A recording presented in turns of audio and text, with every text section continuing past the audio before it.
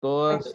Quiero agradecerle a todos por su participación, por su presencia en este evento tan importante para nosotros. Antes de iniciar, quisiera darle la palabra al doctor Agustín Carrizosa, presidente de la Fundación CIR. Adelante, Agustín. Listo, buenos días a todos y a todas. Muchas gracias por la participación. Esta webinar que estamos organizando hoy está en el contexto de la plataforma de participación ciudadana. La plataforma de participación ciudadana es un espacio de la sociedad civil que se organizó desde el momento que el gobierno empezó a hablar sobre la idea de reforma del Estado. No tengo problema. El tema virtual de seguridad social es muy importante. Entonces, en vista de que había esta propuesta, nosotros pensamos que era importante incorporar a la sociedad civil a la discusión sobre la reforma, o más que reforma, modernización del Estado, ¿verdad? Y a partir de eso se crearon varias mesas de discusión. Actualmente tenemos como 8 mesas que están discutiendo temas diferentes como empleo, reforma del sector salud, seguridad social, gasto público, ¿verdad? Donde tenemos todos los exministros de Hacienda que están participando. Tenemos sobre la reforma educativa, etcétera, etcétera, ¿verdad? Esta mesa especialmente es una de las mesas más dinámicas, diría yo, dentro de las que estamos teniendo, ¿verdad? Por eso pensamos que era importante tener esta webinar. Yo, como muchos de los que están acá, hemos participado en el tema de seguridad social desde hace muchos años, diríamos, ¿verdad? Y en todos estos años yo creo que el posicionamiento de distintos sectores se ha fortalecido, pero el consenso se ha debilitado, diríamos, ¿verdad? Por eso le dimos mucha importancia a esta mesa y queremos que a partir de este diálogo que se está construyendo, porque realmente se está construyendo un diálogo y un consenso bastante importante, queríamos incorporar la participación de todos ustedes y sobre todo también al invitado, al señor Ernesto Muró, que es un experto, un gran conocedor del tema. Este webinar lo estamos haciendo en conjunto con la CUT y le pedimos a Víctor que sea el moderador de la reunión. Así que le paso a Víctor. Creo que no te dije, pero muchas gracias, ministra, por tu presencia. También a todos los del sector empresarial, a Beltrán, a Eduardo, etcétera, etcétera, para no olvidarme de nadie. Y Víctor, te quedas vos a cargo de la reunión. Gracias. Bueno, muchas gracias, doctor. Quisiera pedirle a todos, por favor, la colaboración en el sentido de que mantengamos apagados los micrófonos, de tal manera que podamos escuchar perfectamente a los expositores. Así como dijo el doctor Carrizosa, este es un tema extremadamente sensible, inserto dentro de las propuestas de la reforma de la cual habla el gobierno. Si bien el gobierno ha hablado en la parte de seguridad social específicamente de la superintendencia de pensiones y no se ha referido al conjunto, nosotros hemos creído que hablar de la reforma de la seguridad social y limitarnos a la superintendencia es evidentemente no tomar el tema realmente importante, ya que en la medida que ustedes escuchen a los expositores van a ver los diferentes problemas que enfrentamos. Tenemos en el piso de protección social, evidentemente en nuestro país. Se quede registrado que yo entreno. En el piso de protección social, evidentemente nuestro país está sufriendo. Tenemos problemas en el tema de la educación. Tenemos problemas en el tema de salud. Hoy día están saltando nuevamente los graves problemas y las deficiencias que tenemos en esas áreas tan importantes. Y evidentemente el tema de la seguridad social es un elemento fundamental. Fundamental porque tenemos una inclusividad muy baja, apenas 23% de la población económicamente activa dentro de las diferentes cajas de jubilaciones. Eso de por sí habla de que el llamado bono demográfico que estamos hace bastante tiempo hablando, va creciendo, va aumentando en edad y en muy corto plazo eso va a hacer de que realmente, no sé qué pasó, pero aquí parece que alguien...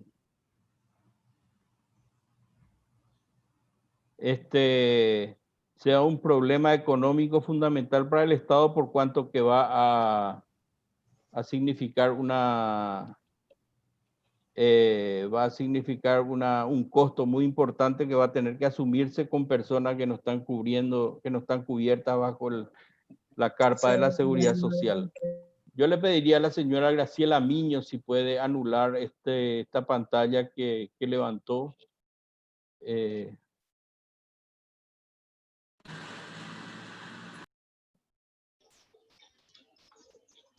Se bajó el precio. ¿Y a dónde se anda molestando? Bueno, también, Ramón, te pediría si podés apagar los micrófonos, ¿verdad? Un curso nomás tenemos. Haciendo. Bueno, para hoy tenemos una exposición de lujo. Quisiera ya dar inicio a las diferentes exposiciones. Queremos que las personas que han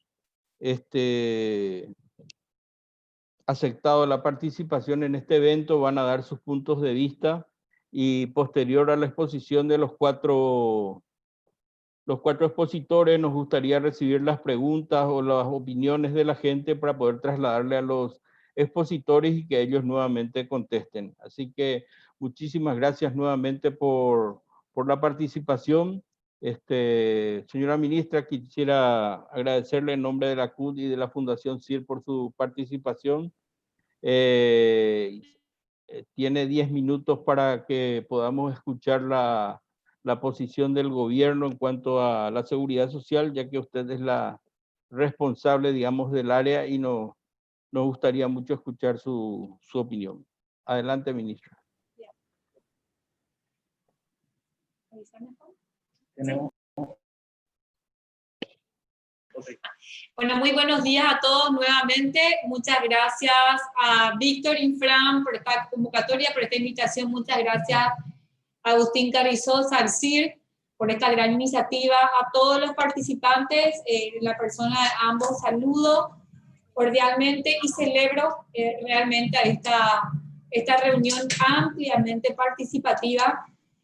Yo soy una gran convencida de que la reforma del sistema de seguridad social en Paraguay es una prioridad, pero más que nunca, con esta pandemia, con esta gran crisis, creo que esto se fortaleció, y si teníamos problemas de seguridad social, los tenemos muchos más exacerbados a partir de la pandemia. Hemos vivido en carne propia lo que es una ausencia absoluta del seguro de desempleo, la compensación por desempleo que ya está vigente en otros países. Tuvimos que crear con muchísimo esfuerzo institucional y gubernamental lo que en la práctica vino a sustituir, que es la suspensión de contratos de trabajo con pago de compensación, que de hecho ha sostenido en forma elevada el empleo formal, pero realmente hubiésemos podido dar una respuesta mucho más rápida si teníamos esta herramienta que para nosotros tiene que completar el sistema de seguridad social en Paraguay, que es la compensación por desempleo. Yo quería pedir, Víctor, que nos permitas compartir pantalla, porque hice una pequeña presentación que quiero compartir con todos ustedes. Gracias. Si me permiten. Cargar la batería. Porque tenemos que abordar y ver los desafíos, pero también desde dónde partimos. Cuáles son las características que Paraguay ya presentaba y cuáles son las características que se exacerbaron con esta pandemia, y hacia dónde, como Ministerio del Trabajo y rector, que es el Ministerio de Trabajo en Seguridad Social, tenemos que avanzar. En primer lugar, por favor, sabemos que tenemos cuatro aspectos importantísimos dentro de lo que es el problema estructural para abordar la problemática de seguridad social. No me voy a referir a todos los puntos, va a ser rápida la presentación. El mercado de trabajo bastante heterogéneo, sin duda con una fortaleza brutal, que es el bono demográfico. Un bono demográfico que no va a durar tanto tiempo más y lo tenemos que aprovechar. Un bono que nos permite tener no tantas personas en estado de jubilación y sí una población joven a la que tenemos que mirar. Para un aumento de la productividad, Paraguay tiene números macroeconómicos y una política monetaria estable, pero todavía somos un país bajísimo en índices de productividad, de desarrollo humano y por supuesto de cobertura de seguridad social. Y esa brecha existente entre lo tan positivo y lo negativo es lo que tenemos que obviamente reformar a través de varias y diversas políticas públicas activas de empleo, de productividad y capacitación, y también por supuesto todo lo que tiene que ver con la cobertura de seguridad social.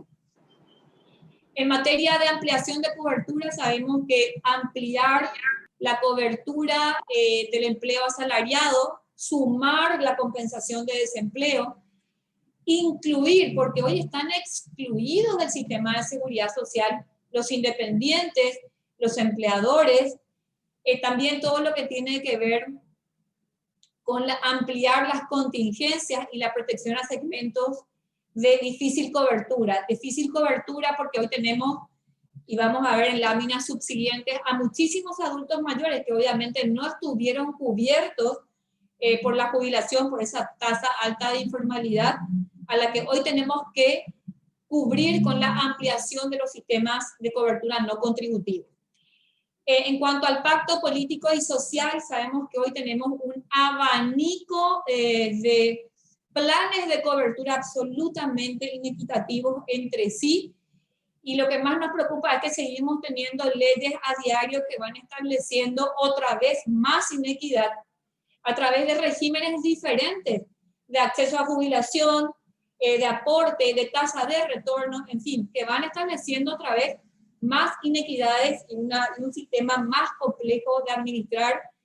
Hoy tenemos a los trabajadores privados, por ejemplo, del sector privado, que vamos a ver, es decir, aquellos que aportan a IPS, que son uno de los menos atendidos y por supuesto más golpeados por estas inequidades que se van dando a través de leyes que van saliendo de manera dispar o en forma absolutamente desconectada de un marco o de una política integral que planteamos tener en seguridad social. Cuando nos referimos a un pacto, nos acordamos muy bien del Pacto de Toledo, por ejemplo, en España, que ya hemos planteado al Ministerio de Hacienda, desde el Ministerio del Trabajo, adoptar algo parecido, algo que emule esa buena práctica, que lo que hizo de manera muy, digamos, exitosa es paralizar las leyes, paralizar los fallos judiciales, paralizar todo y abordar en forma sistémica e integral una reforma en su momento del sistema de seguridad social español que realmente produjo muy buenos resultados. En cuanto a la sostenibilidad y gobernanza del sistema, sabemos que tenemos un sistema absolutamente fraccionado en 8 cajas, con normas muy dispares y por supuesto serios problemas de gobernanza, pero como decía Víctor, este es uno solo de los problemas, cuando hay otros problemas estructurales que afectan obviamente mucho más al trabajador en carne propia. Siguiente. El sistema de seguridad social del Paraguay, y esto es uno de los factores que más nos duelen en cuanto a la protección que el trabajador necesita tener, cubre considerablemente menos personas que en los países en comparación. 2 de cada 10 paraguayos contribuyen a la seguridad social o reciben un beneficio contributivo, 23%. Y un 14% adicional recibe asistencia social exclusivamente. Esto coloca a Paraguay en la parte inferior de una comparación internacional y considerablemente por debajo del promedio de América Latina. Hoy nosotros en plena pandemia estamos realmente, digamos, con una mirada cauta, si bien, con una mirada bastante auspiciosa de Paraguay en la región, puesto que Paraguay y Uruguay son los países que hoy tienen tasas de desocupación subocupación e inactividad más bajas de la región. Paraguay hoy tiene una tasa de desocupación del 8.2%, cuando que la tasa regional al tercer trimestre es del 14%. Sin embargo, esto no está acorde con estos datos de seguridad social. Paraguay sigue siendo el último, o en los últimos números de protección a sus trabajadores en la región. Siguiente. Los elevados niveles de trabajo informal y autoempleo limitan el alcance de la seguridad social. En el año 2019, solo un 23% de la población ocupada estaba afiliada a la seguridad social. De todas maneras, el desglose de todos estos datos ustedes lo pueden hacer, vamos a dejar, corresponden absolutamente a los datos de la Dirección General de Estadísticas y Censo. Sin embargo, siguiente, a pesar de esta informalidad del mercado de trabajo, la cantidad de trabajadores registrados, en este caso en IPS, que es el mayor, digamos, ente de seguridad social del sector privado, fue presentando un crecimiento sostenido en los últimos años hasta el inicio de la pandemia. Acá podemos ver que nosotros arrancamos del análisis de 2017 con 557.000 trabajadores en nómina y llegamos a cerrar el año 2019 con un número que en su momento habíamos festejado porque no habíamos llegado nunca a 600.000 trabajadores. Lo pudimos hacer y lo superamos, llegamos a 630.000 trabajadores en el año 2019. También acá tengo que mencionar la estrategia integrada de formalización del empleo que se realizó en conjunto con la Organización Internacional de Trabajo, el Consejo Consultivo Tripartito, y nos pusimos en el año 2019 la firme tarea de aumentar esa meta interanual establecida en la estrategia, que es de un 5%, y lo logramos a cierre de 2019, logramos aumentar en un 5% la cantidad de cotizantes. Arrancamos el año 2020 con un pico que ustedes pueden ver ahí, de 638.000 en febrero, o sea, íbamos en aumento inclusive, hasta que luego ya se ve el impacto de la pandemia, cuando empezamos a decaer en el número de cotizantes de IPS, y por supuesto también esa caída, digamos, si bien casi lineal presentó algunos altibajos, hoy estamos en 616.000 cotizantes en IPS. Y nosotros calculamos el pico que tuvimos en febrero, antes de la pandemia, y ahora podemos ver que tenemos una pérdida neta en mano de un poco más de 20.000 trabajadores formales.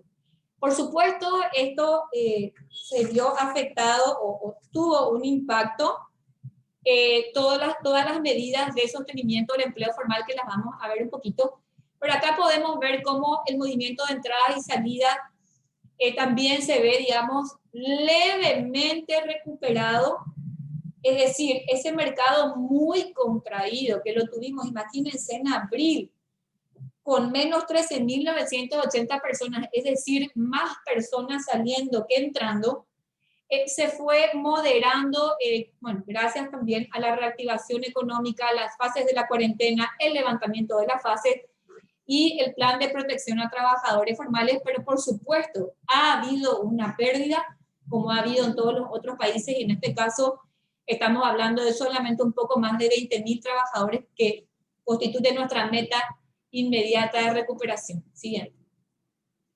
Y el plan de protección a trabajadores formales, como ustedes saben, apuntó desde el principio a priorizar la nómina, es decir, si bien teníamos que ayudar a todos los trabajadores formales e informales, y a los informales llegamos con Tutubó, a los trabajadores formales teníamos que darle esa doble mano, obviamente, por tanto esfuerzo, tanto de los empleadores, de los trabajadores, y por supuesto, proteger de esta manera lo que habíamos conquistado a lo largo de estos años en aumentar el empleo formal.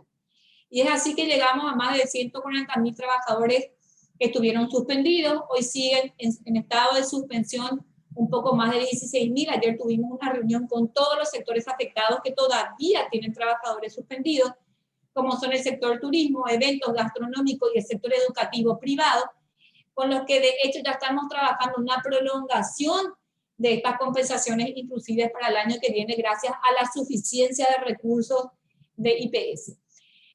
11.456 empresas fueron las que solicitaron la suspensión y ahí ustedes pueden ver que la mayoría fueron pequeñas empresas, medianas, también micro, por supuesto, pero también grandes empresas que, sobre todo en el momento duro de la cuarentena y antes de las fases, necesitaron esta ayuda importante para sostener a su nómina. Ustedes saben que el plan de protección a trabajadores formales no se centró o no se limitó solamente a pagar compensaciones por suspensión, sino también amplió este plan al aislamiento. Es decir, estos trabajadores que hasta hoy tienen que ir por 14 días a sus casas sin contraprestación de trabajo y por supuesto se necesitaba dar una mano importantísima al trabajador que no deje de cobrar salario y a ese empleador que tampoco ya podía pagar por trabajadores que no estén trabajando en la empresa. Hoy tenemos incluso en el último pago más pagos de aislamiento que de COVID positivo, es decir, casi este plan de protección formal está priorizando en la práctica, de acuerdo a las necesidades, el enfoque preventivo. Hemos sí podido dar una respuesta sin duda no 100% paliativa, pero sí ha sostenido bastante el empleo formal. Siguiente. El modelo de seguridad social en el Paraguay está basado en brindar cobertura a trabajadores dependientes y deja excluida a gran parte de la población económicamente activa. Acá vemos nosotros el porcentaje de población con cobertura. Tenemos que solamente el 23% está conformado, ¿verdad?, obviamente por aportantes obreros públicos y privados, pero tenemos a trabajadores sin cobertura en un más del 75%, 76.8% para ser exacto. Y la problemática obviamente adiciona todo lo que es el fraccionamiento del sistema a través de las cajas, el sistema de jubilaciones y pensiones a través de estas 8 cajas que van planteando también planes diferentes. Ahí podemos ver en el cuadro el sistema contributivo público, con las 8, también el sistema contributivo privado y el sistema no contributivo que por supuesto ante la falta de formalidad cumple un rol importantísimo, no solamente hoy, sino tiene que seguir fortaleciéndose porque todavía tenemos muchísimos adultos mayores sin cobertura. Sí. La introducción de un programa no contributivo de pensiones sin duda ayudó inmensamente al aumento de la cobertura de los adultos mayores que reciben una pensión por vejez. La introducción de adulto mayor ayudó a más del doble de la participación de paraguayos ancianos que reciben una pensión. Desde su creación, el número de beneficiarios aumentó considerablemente.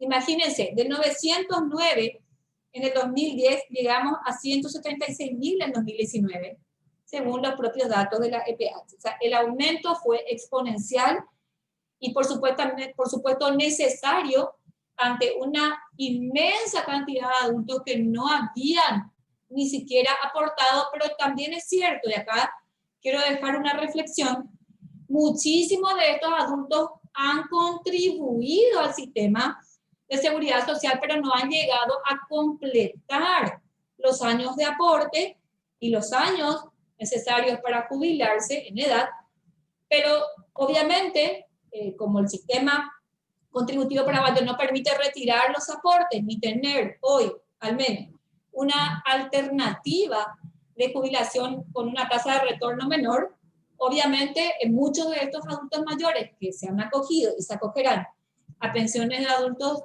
pensiones no contributivas, son adultos que han contribuido en algún momento y por algún tiempo al sistema de seguridad social. Por supuesto que la edad de retiro, los periodos de cotizaciones, las tasas de cotización son desiguales en todas las cajas de jubilaciones y pensiones, lo que revela grandes inequidades en el esquema y volvemos a repetir, inequidades que se van repitiendo en la medida que diferentes leyes van estableciendo nuevos privilegios y nuevas diferencias. La inclusión de los trabajadores independientes sin duda es una próxima frontera de la seguridad social en el Paraguay. Y sabemos que en respuesta a este desafío muchos países de la región experimentan con enfoques muy innovadores, que espero que lo podamos también aquí construir en esta plataforma participativa, el fomento de la formalización con códigos impositivos simplificados, es decir, la figura del monotributo u otras figuras que articulan la parte contributiva de seguridad social y los tributos, así como la reducción de base de cotización y las contribuciones de contrapartida. Son modelos exitosos que los podemos ver, digamos, de manera creativa. Hoy más que nunca la pandemia nos llama a una reforma del sistema de seguridad social, pero sobre todo a una reforma que vea primero al trabajador y sus necesidades, y una reforma que sin duda con este enfoque nos llame a ser creativos y romper esquemas anteriores. Y estos son los desafíos que nosotros los vemos muy claramente en el plan de reactivación del empleo, un plan que tiene un eje esencial de reforma de la seguridad social y aumento de la formalización. En primer lugar, una estrategia para ampliar la cobertura. Y cuando hablamos de ampliar la cobertura, hablamos de mejorar los incentivos. Es decir, hoy tenemos que construir más ventajas de ser formal. Y lo vivimos en carne propia en la pandemia, señores. Tenemos nosotros a más de 4.000 nuevas empresas que se registraron en la pandemia para que sus trabajadores puedan acceder a los beneficios adicionales, obviamente, que construimos para los trabajadores formales versus trabajadores informales. Tenemos que entender que en pandemia honramos el trabajo formal. Los trabajadores informales llegaron a percibir Putibó en una o en dos ocasiones, a cada uno, digamos, pero el trabajador informal va hoy por el 8º pago de la compensación, retuvo el vínculo laboral, retuvo la cobertura social. Además, los trabajadores formales activos han tenido la protección de la compensación por aislamiento, COVID positivo y vulnerabilidad. Es decir, la balanza hoy en pandemia fue claramente hacia el trabajador formal, digamos, honrando justamente el gran desafío de formalización del empleo. Ahora bien, tenemos que seguir siendo de esta manera más allá de la pandemia. Desde todo punto de vista, nosotros hemos comprobado que solo la sanción o solo el garrote para aumentar la formalidad no son suficientes. Tiene que ser una ventaja y todo trabajador tiene que querer ser formal, así como todo empleador también, por los beneficios que el sistema da. Uno de ellos para nosotros sin duda será la compensación por desempleo. Un trabajador que quede sin empleo por despido podrá tener acceso a una compensación que irá desde el 60% en forma decreciente por 6 meses de cobertura. Nosotros ya compartimos este proyecto, pero estamos abiertos para un día, digamos, hacer solamente una reunión sobre el seguro de desempleo, pero estamos seguros de que vamos a mejorar los índices de formalización cuando introduzcamos esta pata que falta y que va a ser un incentivo espontáneo, como ha sido, sin duda, los beneficios que hemos creado en esta pandemia. También en este punto yo quiero referirme, cuando hablamos de ampliar cobertura o ampliar la protección, no podemos seguir teniendo una tasa solamente del 10% de acceso a jubilación de todos los aportantes. Los aportantes a IPS, me refiero, solamente se jubilan en un 10%. Muchísimos aportantes al IPS no terminan, no completan sus años de aporte y sus años de edad por varios motivos. La alta movilidad, la inamovilidad laboral o la estabilidad, que hoy corresponde a como una causal de despido a los 9 años, ustedes lo saben. En fin, una serie de factores. Hoy Paraguay también es uno de los países de menor tasa de jubilación de sus aportantes formales.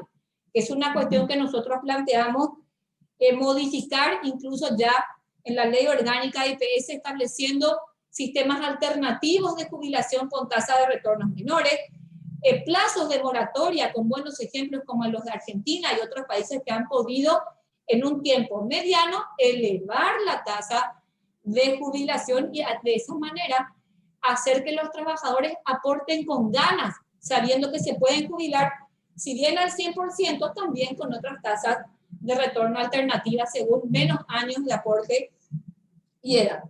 Un sistema provisional más justo y sostenible, sin duda, mejorando la equidad, evitando la proliferación de leyes que establezcan una mayor inequidad. Un sistema previsional mejor integrado, obviamente, integrar las pensiones contributivas y no contributivas con un mismo panorama y las mismas metas de cubrir y extender, obviamente, la protección a la mayoría de los habitantes paraguayos. Y reforzar la gobernanza del sistema previsional, lo ponemos en un último lugar, digamos, en forma, no adrede, es adrede porque entendemos que hoy hay otras prioridades, porque hoy hay trabajadores, señores, muy afectados, y realmente ampliar la cobertura, mejorar la jubilación, el acceso a todos los derechos de seguridad social para nosotros hoy son una prioridad en esta grave crisis que nos toca vivir. Y ya solo decirles que todo esto lo estamos encarando desde el Ministerio a través del diálogo social y el tripartismo, por supuesto, que son las dos herramientas claves que vemos que van a llevar adelante esta reforma, que es lo que ustedes están haciendo, el diálogo y la participación de todos.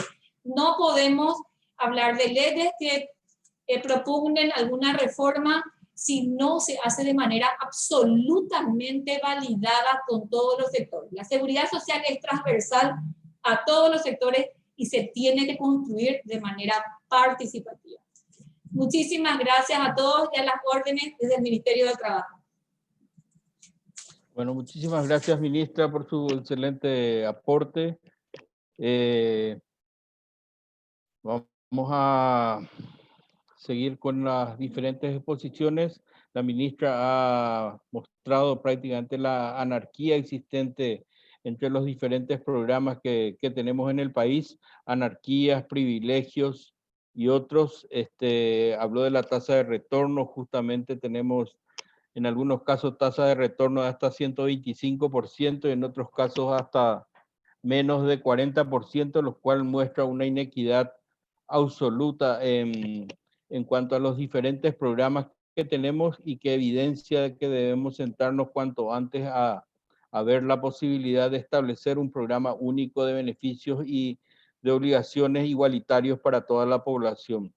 Seguidamente vamos a hablar justamente de uno de los temas bastante delicados que tenemos en el sistema, que es lo que se denomina la caja fiscal. La caja fiscal corresponde a un programa de un departamento del Ministerio de Hacienda donde se aporta y se abona las jubilaciones a los funcionarios del sector público.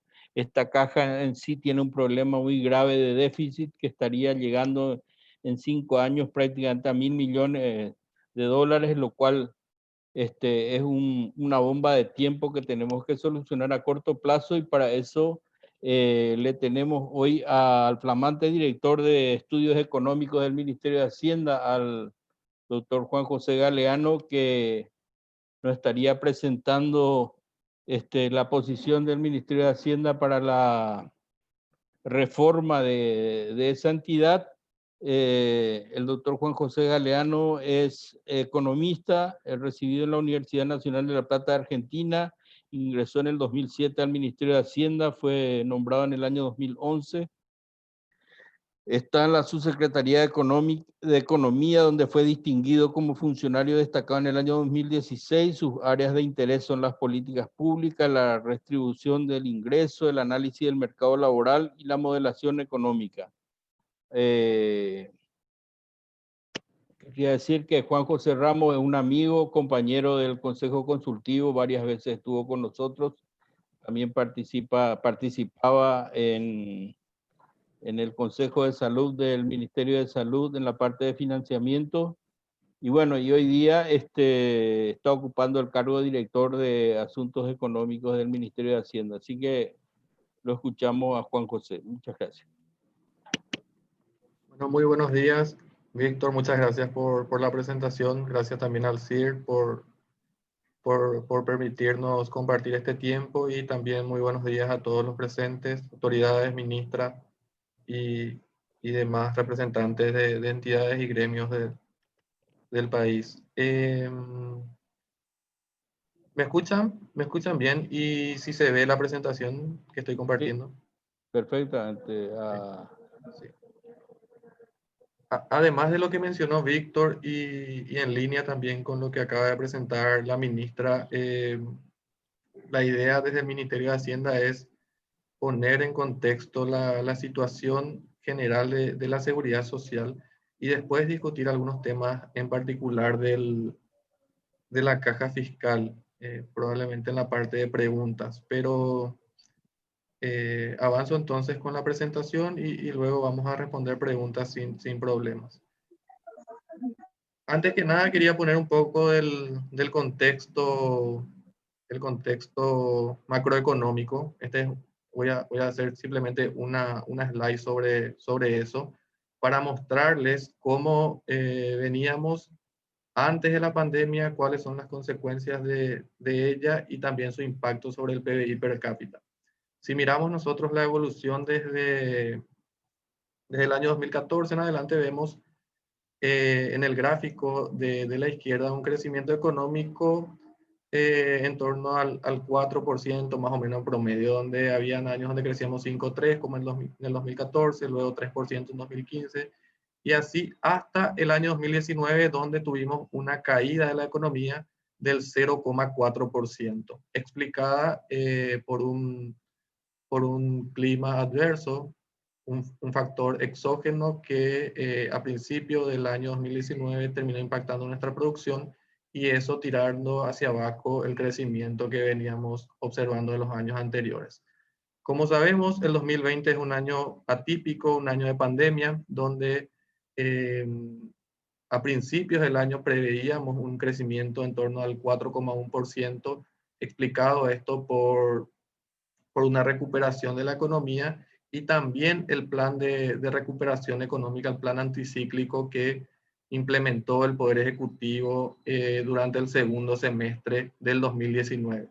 De hecho, si miramos el IMAEP, el indicador mensual de la actividad económica del Banco Central, a partir del segundo semestre de 2019 estábamos viendo crecimientos o vimos crecimiento durante 9 meses, incluidos los 3 primeros meses de este año, y lastimosamente eso se corta, cambia la tendencia desde la irrupción de la pandemia y las medidas obviamente para contener la expansión del virus.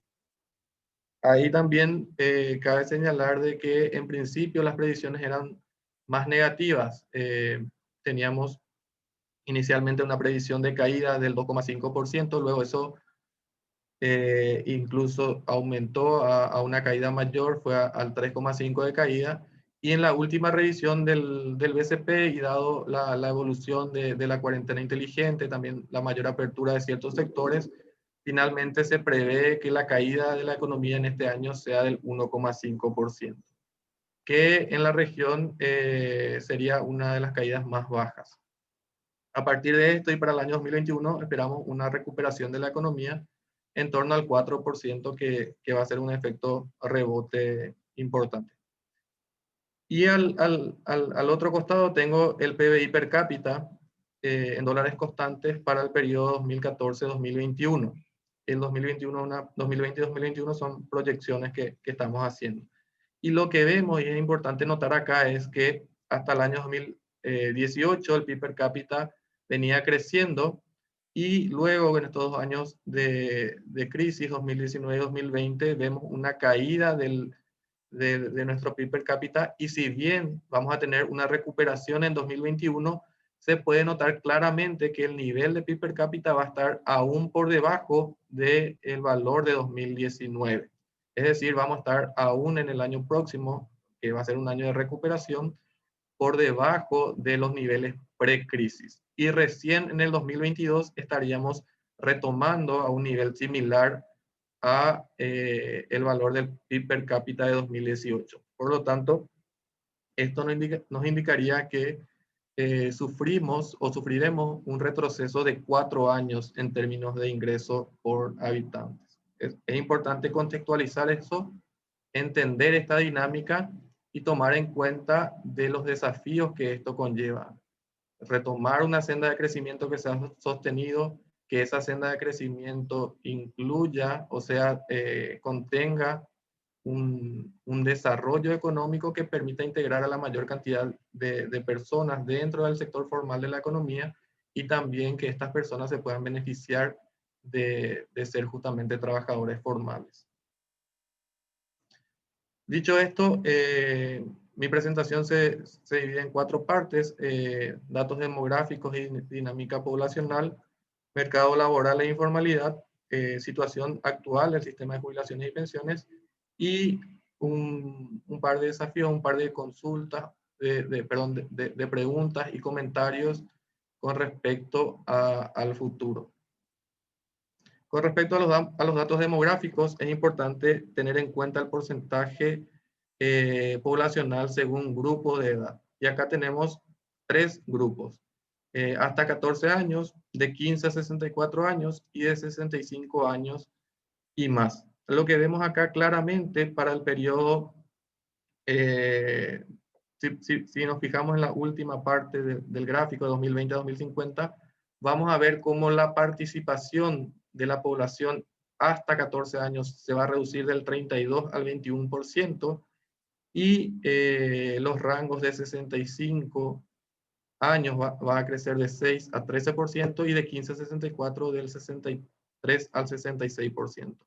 ¿Qué es lo que nos dice esto? Nos dice básicamente 2 cosas. Por un lado, van a haber mayores presiones sobre el mercado laboral, más gente se va a incorporar o va a estar en edad activa, y por ende, se van a incorporar o van a estar buscando trabajo. Eso hace de que tenemos que generar los incentivos correctos, tenemos que generar la posibilidad para que todas estas personas que van a buscar trabajo puedan encontrarlo, y no solamente encuentren un trabajo, sino que encuentren un trabajo decente, de calidad. Y a su vez van a existir mayores presiones sobre el sector de las jubilaciones y pensiones, porque vemos que la proporción de personas con mayores a 65 años también va a crecer. Eso da cuenta de un cambio en la pirámide poblacional. Acá tenemos por un lado la pirámide poblacional de 2020, con esa estructura, con una sólida base de personas hasta 14 años, una población joven grande, y luego esa pirámide se va reduciendo ya a medida que aumentan los años.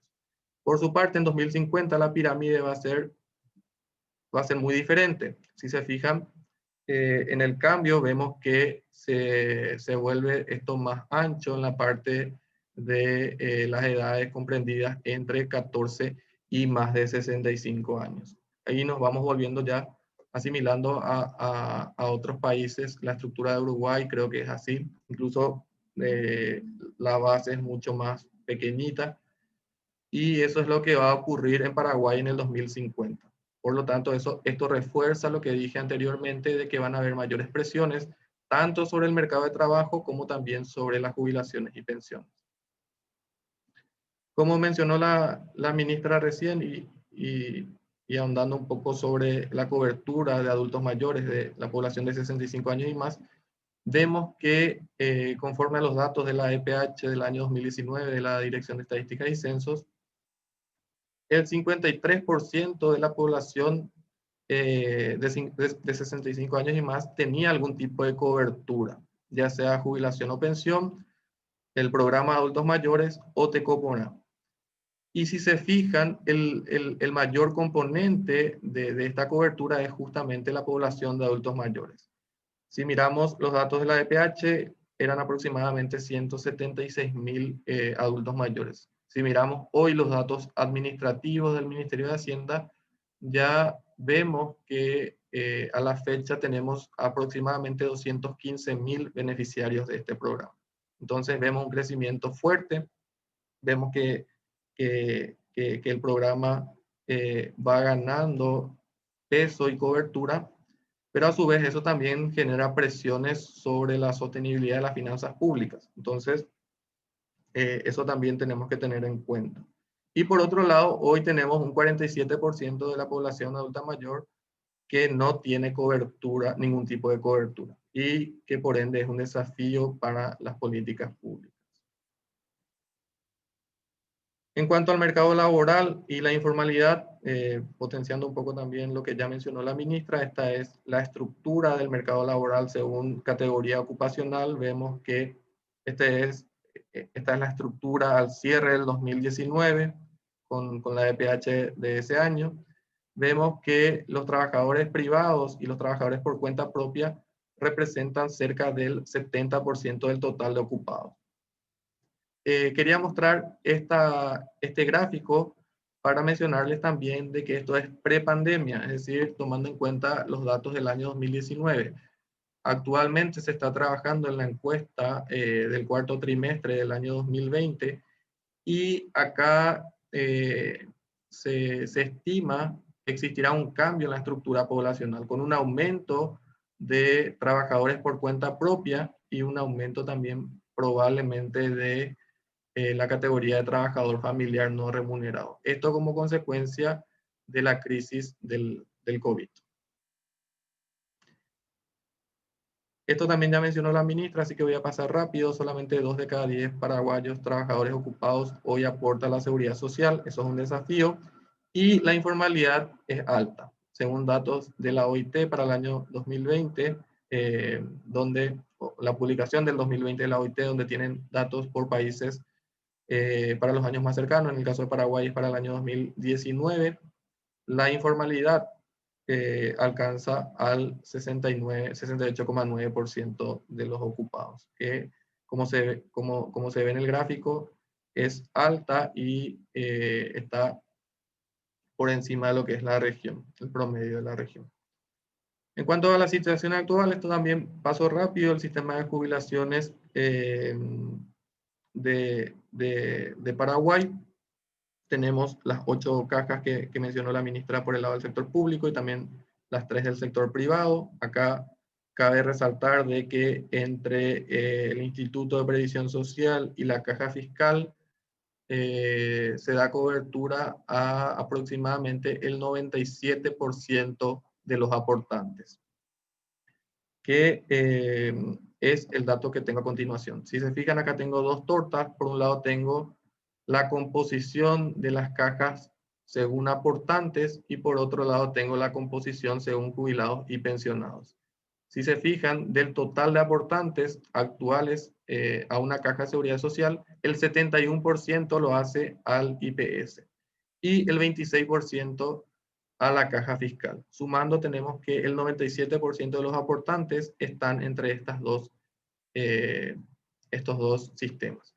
Pero por otro lado, si miramos la cantidad de jubilados y pensionados, la distribución es mucho más equitativa, siendo la caja fiscal, siendo el IPS, perdón, el que tiene mayor cantidad de jubilados y pensionados con un 47% y la caja fiscal con un 45%. Esto también en línea con lo que mencionaba recién la ministra, de que un porcentaje importante de los que aportan al IPS finalmente no se jubilan, y en la caja fiscal se da lo contrario. Además, reforzado en la caja fiscal por la cantidad, por el fraccionamiento que existe dentro de ella, donde tenemos diferentes regímenes con diferentes años de aportes y también diferentes años para la jubilación, especialmente en lo referido a docentes y fuerzas públicas. Entonces, entre la caja fiscal y el IPS se concentra el 97% de los aportantes y el 92% de los pasivos. En cuanto a los desafíos, creemos que es importante potenciar el capital humano, atendiendo los retos de la globalización socioeconómica y laboral, hablando ya también de un sector cuaternario, donde es mucho más intensivo en servicios, pero servicios de alta calidad. Se viene un nuevo shock dentro del mercado laboral y tenemos que estar preparados para recibir ese shock. También hay que tener en cuenta las nuevas modalidades de empleo con con el Instituto de Previsión Social estamos trabajando desde el Ministerio de Hacienda en la revisión de la estructura vigente con la intención de incorporar a trabajadores por cuenta propia de manera más sencilla, también a los empleadores, ver tasas que puedan ser accesibles para estos trabajadores y también tomando en cuenta los niveles de ingresos, porque no tenemos que desconocer que en el cuentapropismo los ingresos son más volátiles y muchas veces por debajo de lo que hoy se considera el salario mínimo. Por otro lado, tenemos que revisar el sistema de pensiones y seguridad social. Tenemos que ampliar la cobertura del sistema actual, apuntando a la equidad y previsibilidad para también generar ese mayor ahorro local que pueda fomentar la inversión y de esta manera recurrir a los recursos internos. Y por último, también muy importante, algo que siempre discutimos es la de avanzar hacia un sistema que cuente con equidad horizontal y vertical dentro del sistema. Esto nos permitirá garantizar que los sistemas sean sostenibles, que sean redistributivos, que es lo que queremos finalmente, que es el objetivo de la seguridad social, y de esta manera también avanzar hacia un marco que sea sostenible en el corto, mediano y largo plazo. En cuanto a la caja fiscal, así como mencionó Víctor, nosotros queremos mencionar de que el sistema está presentando déficit. El año 2019 cerró con un déficit de aproximadamente 126 millones de dólares.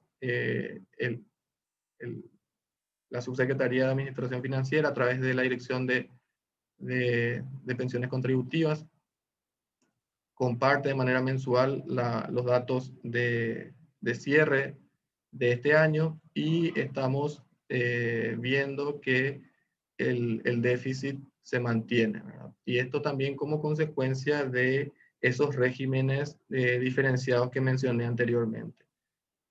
Entonces, el objetivo nuestro desde el Ministerio de Hacienda es revisar la situación de la caja fiscal y en un marco de sostenibilidad y de equidad del sistema, poder retomar el superávit o el equilibrio dentro de la caja fiscal.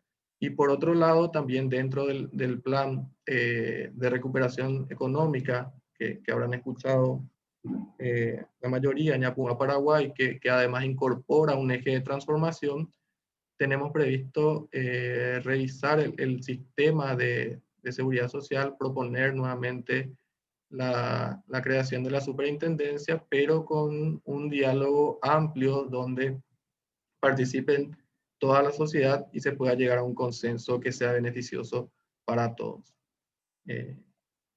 Y eso es. Muchas gracias. Espero haber cumplido el tiempo que me dieron. Bueno, muchísimas gracias. Muchísimas gracias, Juan José. Excelente tu presentación.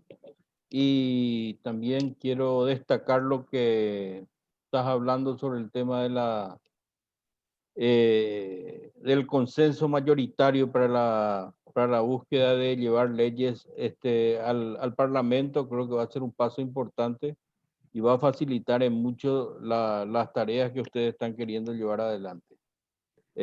Seguidamente, quisiera presentar a Pedro Alley. Él es nuestro representante del Instituto de Previsión Social, así como Juan José estuvo manifestando, el 97% prácticamente está aportando entre las dos cajas, siendo el IPS la principal, digamos casi 70% del sistema, y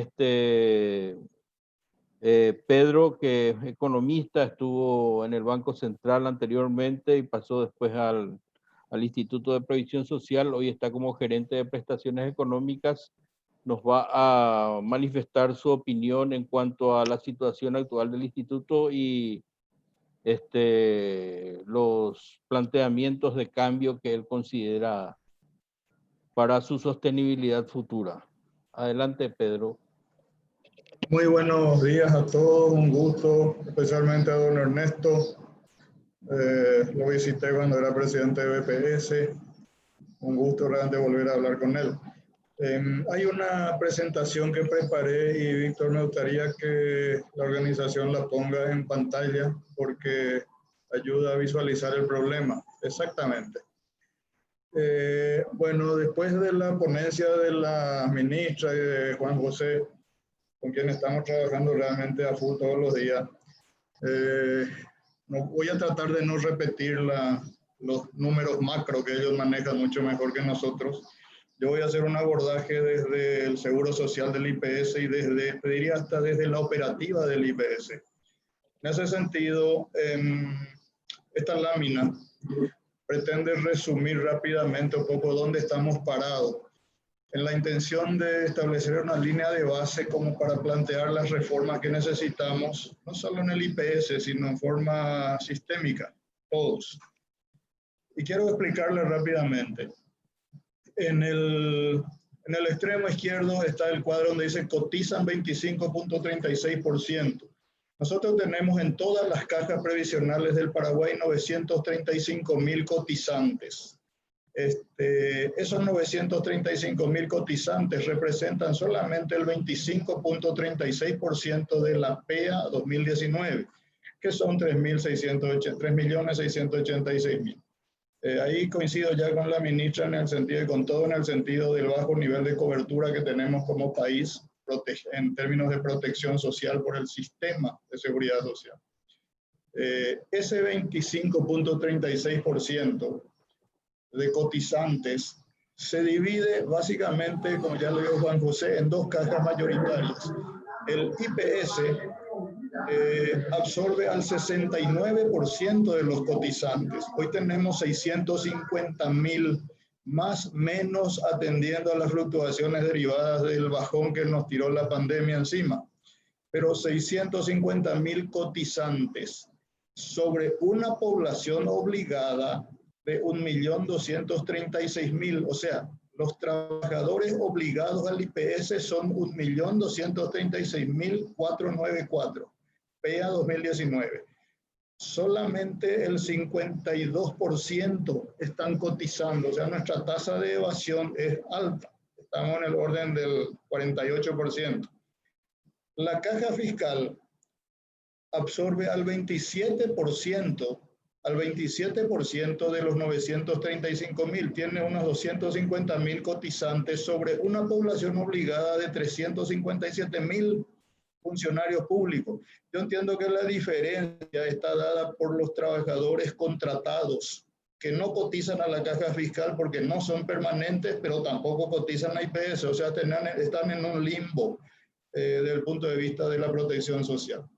Y un restante, las cajas previsionales, un 4% de los 935.000 cotizan a las cajas previsionales, que son las que ya citamos anteriormente, la bancaria, la municipal, ANDE, Itaipú, parlamentaria. Tal vez me olvido de alguna. Ese es el escenario de partida. Ahora bien, ¿qué protege ese sistema? Ese conjunto de cajas con esos números, ¿qué protegen, qué proveen a la población? Y vamos a la columna verde. Me guío por los colores para simplificar la visión. La columna verde, el seguro de salud. En salud, ¿a cuánta gente protegemos a través del sistema previsional? Y tomemos un número base que es la población total país, 7.252.000. Ahí salió, volvemos a entrar por favor. 7.252.672 habitantes, Paraguay. IPS provee protección en salud al 20.6% de esa población total país. 1.500.000 asegurados en salud de IPS. Caja fiscal al 3.4%, 250.000. ¿Por qué protección en salud a través de la caja fiscal? Porque las entidades públicas que cotizan a la caja fiscal, cuyos trabajadores, funcionarios cotizan a la caja fiscal, contratan seguros médicos privados o les proveen a esa población, entiendo que hay un complemento financiero, un complemento salarial de creo que $50 aproximadamente, que se paga mensualmente a cada funcionario para cobertura de gastos de salud. Bien o mal, es una protección en salud, digamos.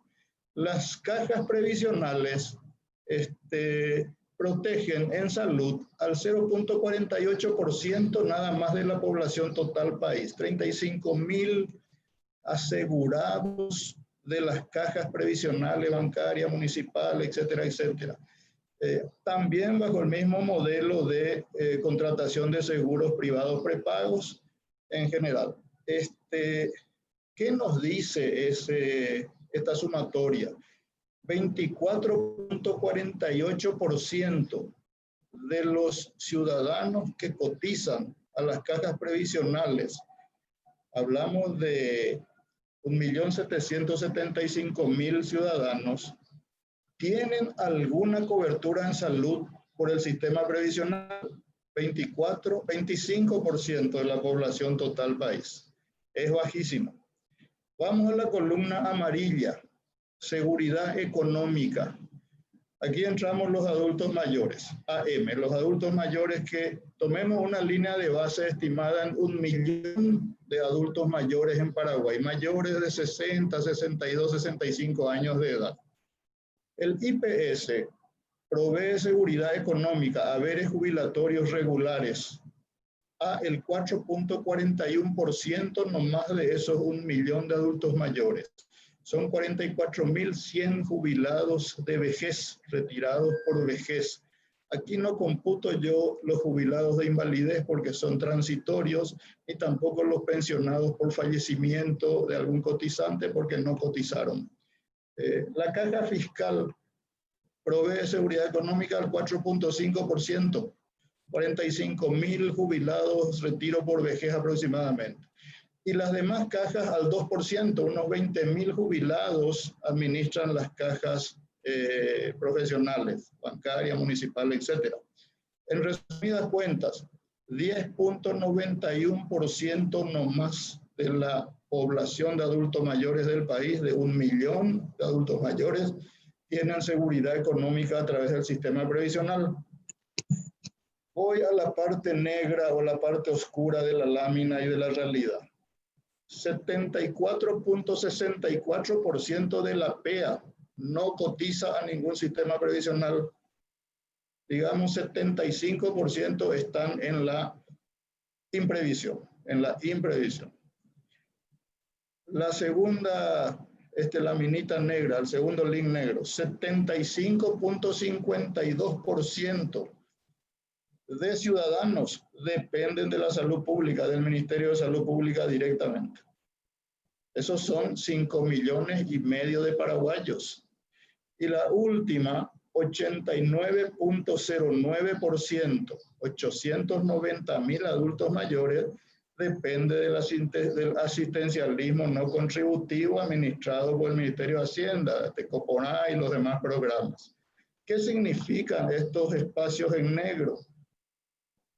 Y lo que subyace ahí debajo es que finalmente esa población que no tiene, que debe ir al Ministerio de Salud Pública o que debe ir a los programas de asistencialismo, financiamos todos.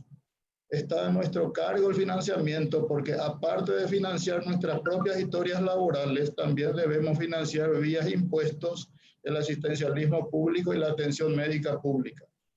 Eso denota claramente la inexistencia de un sistema de seguridad social en el Paraguay, que para mí es lo prioritario.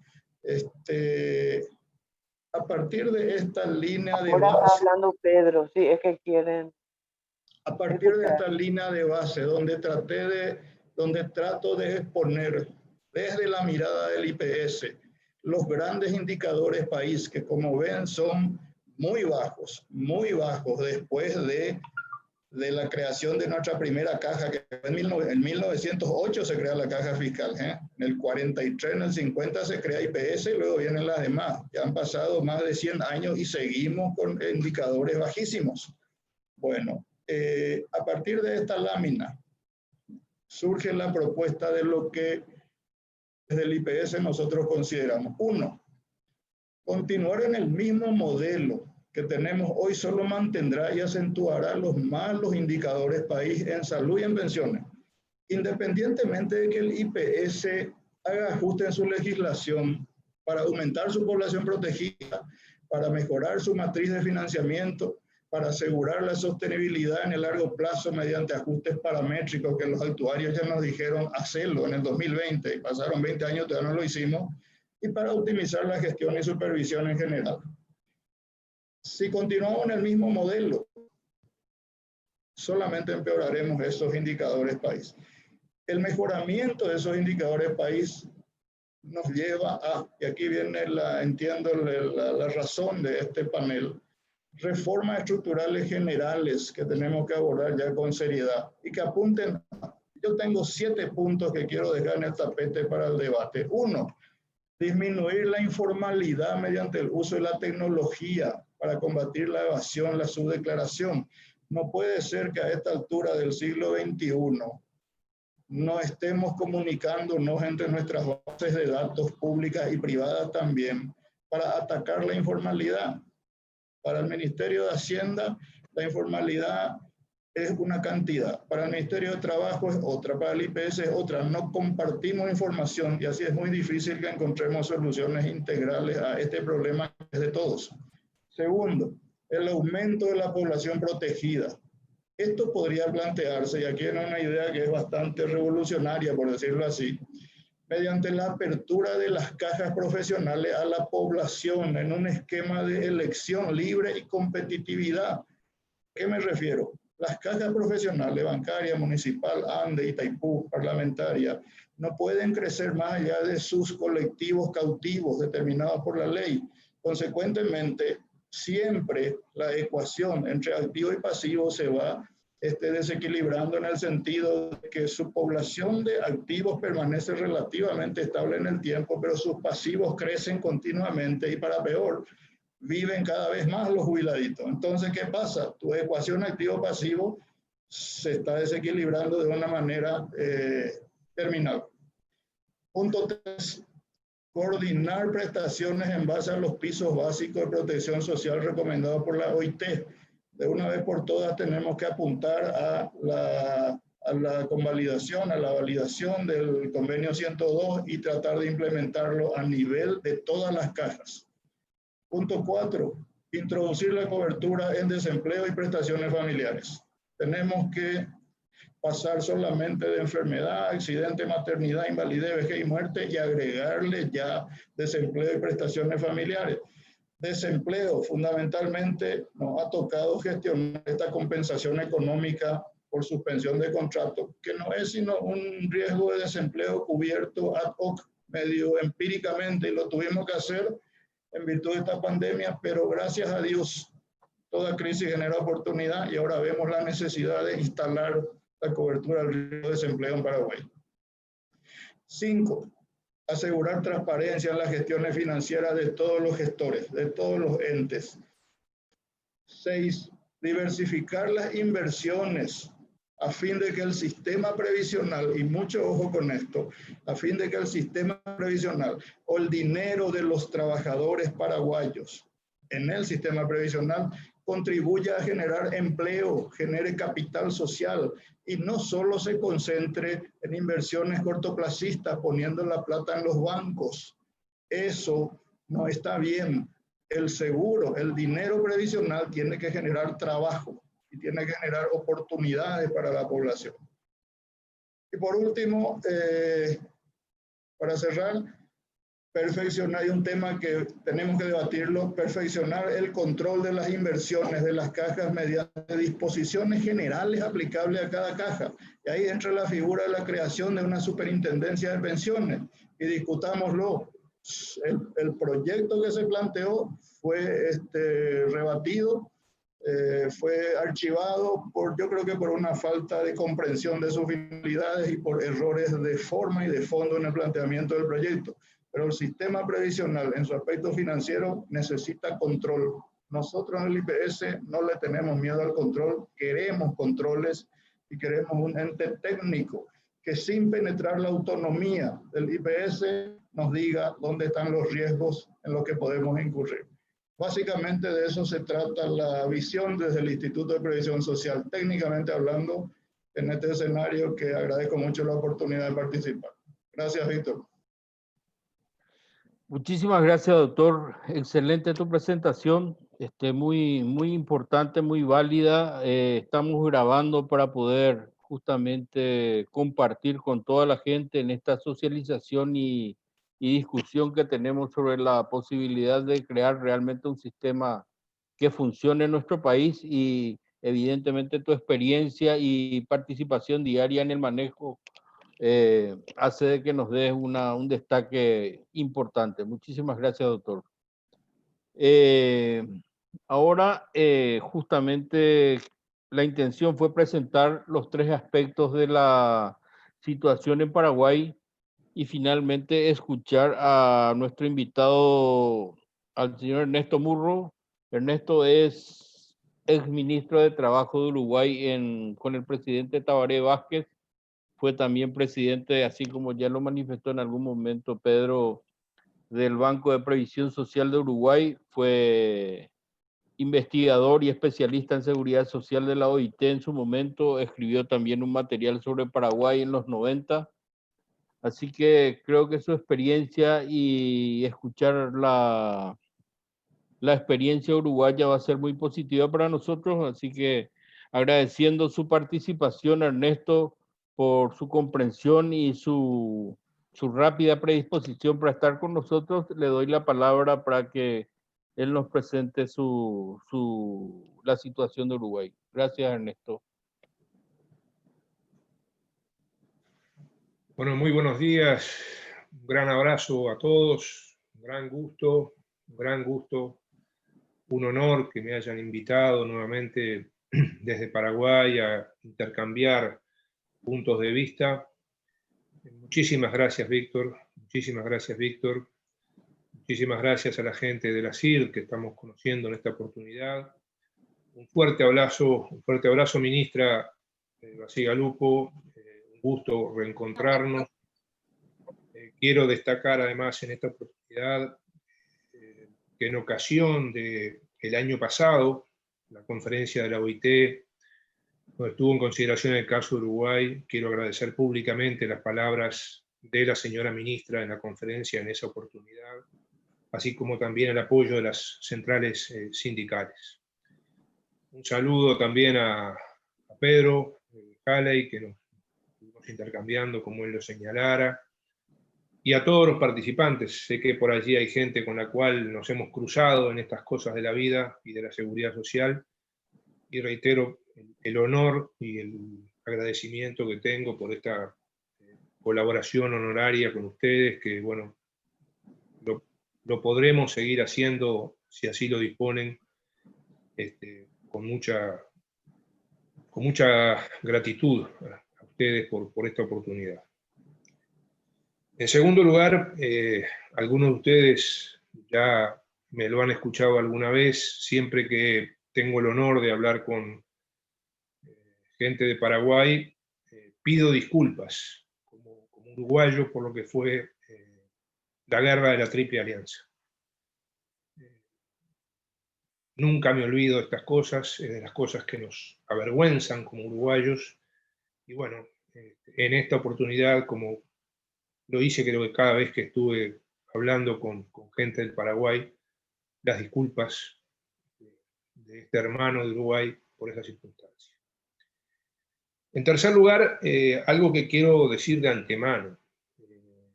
Yo soy un apasionado de los temas de la seguridad social, hace 28 años que estoy en esto, pero creo que cada país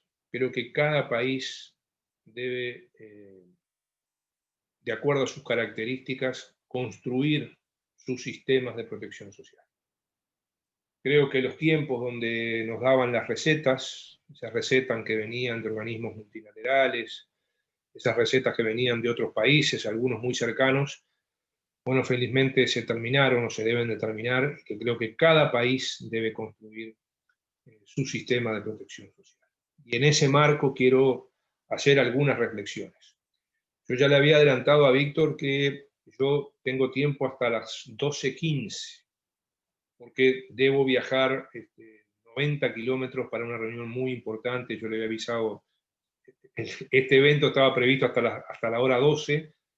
Yo previendo un poco más le dije hasta las 12:15, pero sí, 12:15, lamentablemente debo terminar, porque reitero, tengo que viajar 90 kilómetros para una reunión también muy importante como esta, a la cual no puedo faltar. Así que mis disculpas y mi disposición, si ustedes así lo entendieran, a continuar esta charla en cualquier otro momento. Y ojalá que lo podamos hacer presencialmente.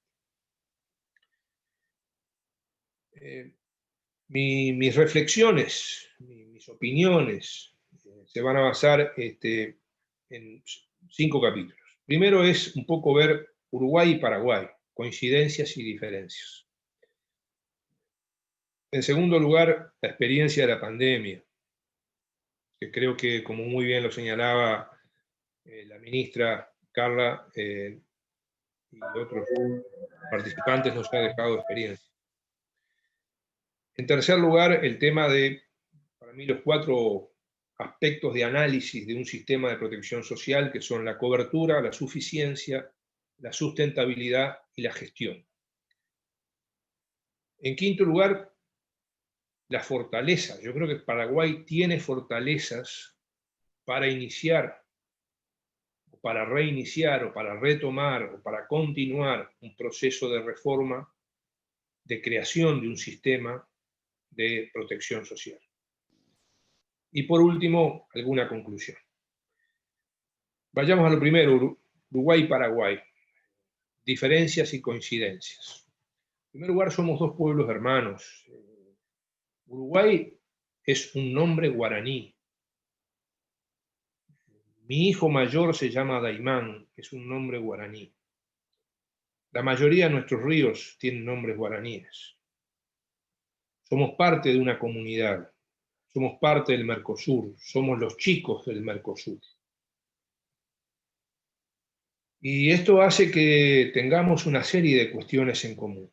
Desde esa historia indígena que ustedes conservan muy bien y nosotros muy mal, las misiones jesuíticas, eso triste que yo comentaba de la Triple Alianza, las historias de nuestros países.